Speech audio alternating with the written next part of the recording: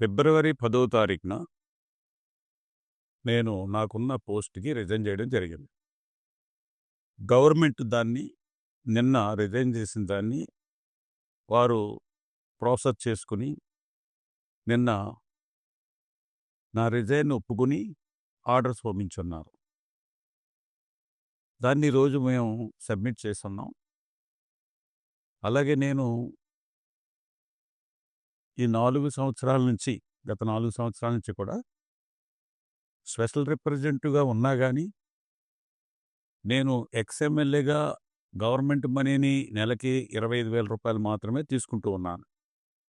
దాని ముందు నాకు మినిస్టర్ హోదా నాకిచ్చి, మినిస్టర్‌కి ఏమైతే ఫెసిలిటీస్ ఉన్నాయో, జీతం గానీ, ఫ్లైట్ చార్జెస్ కానీ, అలాగే ఏది అకామిడేషన్ గానీ, ఇయన్నీ ఉన్నాయి. కారు అలవెన్స్ గానీ అన్నీ ఉన్నాయి.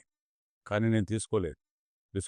అఫీషియల్‌గా వారు నాకు దగ్గరగా ముందు నా అకౌంట్‌లోకి కొంచెం ఇదవుతే నేను లెటర్ ఇచ్చేసి దాన్ని నాకు తీసుకోను అని చెప్పేసి, ప్రొవిజన్ ఉంది అలవెన్స్ అని చెప్పేసి కూడా చెప్పున్నారు. అయినా గానీ నేను తీసుకోలేదు. అలాగే నా దగ్గర పనిచేస్తున్న స్టాఫ్‌ని కూడా ఎప్పుడైతే నేను రిజైన్ లెటరు ఇచ్చానో ఆ రోజు నుంచి వారందరినీ కూడా అక్కడ తీసేయడం జరిగింది.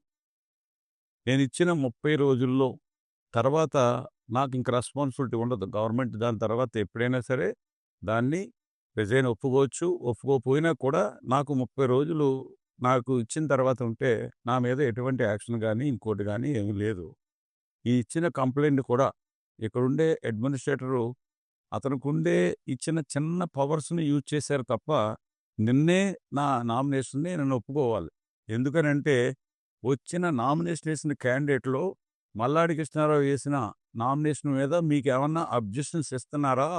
అబ్జెక్షన్ ఉందా? అని చెప్పేసి అడిగితే, మాకెటువంటి అబ్జెక్షన్ లేదని ఇంక్లూడింగ్ తాజా పర్సన్ కూడా చెప్పడం జరిగింది.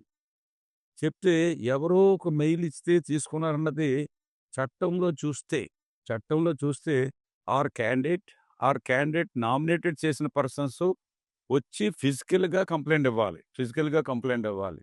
కానీ ఫిజికల్‌గా కంప్లెయింట్ లేదు. మెయిలు ఇస్తే దాని మీద ఇక్కడుండే ఎలక్షన్ ఆఫీసర్ అతనికున్న పవర్‌ని, ఎందుకంటే ఏది సుమోటోగా ఏదైనా చేయొచ్చు అని చెప్పేసి ఉంది. ఆ ఒక్క పవర్‌ని అతను ఉపయోగించి ఈరోజు 10 గంటలకి చెప్తే, నిన్న వారికి నాకొచ్చిన కాపీని, నా రిజైన్ ఒప్పుకొని నాకొచ్చిన కాపీని నిన్న వారికి పంపించున్నారు. మేము ఈ రోజుని సబ్మిట్ చేసి, నన్ను గాని, నా ఫాలోవర్స్‌ని కూడా నాకైతే ఇయన్నీ తెలుసు కాబట్టి నాకు పెద్ద ఏం టెన్షన్ లేదు గానీ, అలాగే నా ఫాలోవర్స్‌లో చాలామందికి బాగా టెన్షనొచ్చింది. ఏంటి ఇది అని చెప్పేసి. కొన్ని పేపర్‌లయితే నాది ఆల్రెడీ రిజెక్ట్ అయిపోయిందని చెప్పేసి చెప్పడం జరిగింది. ఇప్పుడు కూడా అతను చాలా టెన్షన్ పడిపోయి, మీరెందుకు మేము కోర్ట్‌కెళ్తున్నాం, అదికెళ్తున్నాం అని చెప్పేసి, ఎందుకు మల్లాడి కృష్ణారావు చూసేప్పటికి లాగంతా తడిసిపోతూ ఉంది. మల్లాడి కృష్ణారావు నామినేషన్ రిజెక్ట్ అయిందనుకోండి సపోజ్, నా నా భార్య ఉంది కదా ఓడించడానికి. ఆ! అది కూడా తెలియకుండా కొంతమందేమో ఢిల్లీ, కొంతమందేమో పాండిచేరి తిరుగుతూ ఉన్నారు. డబ్బులు వేస్ట్ చేయకండమ్మా. ఆ! అంత నాలెడ్జ్ ఉంది అతనికి. అంత నాలెడ్జ్ ఉంది. ఈవేళ మళ్ళీ ఇంకో కంప్లెయింట్ ఇచ్చుకున్నారు. మీరెవరైనా ఇదుంటే కోర్టులకెళ్ళిపోండి అని చెప్పేసి చెప్పడం జరిగింది. ఇది నాకు ఈరోజు నామినేషన్ క్లియర్ అయ్యి, సాయంత్రం నా గుర్తు ఎక్కడుంటది, ఏ స్థానంలో ఉంటదన్నది ప్రభుత్వం తెలియజేస్తది. అందుకని ఎవరెవరో తప్పుడుగా వాట్సాప్‌ల్లోనూ, సోషల్ మీడియాలోనూ కొన్ని పేపర్‌లు రాసినయన్నీ కూడా నమ్మొద్దు.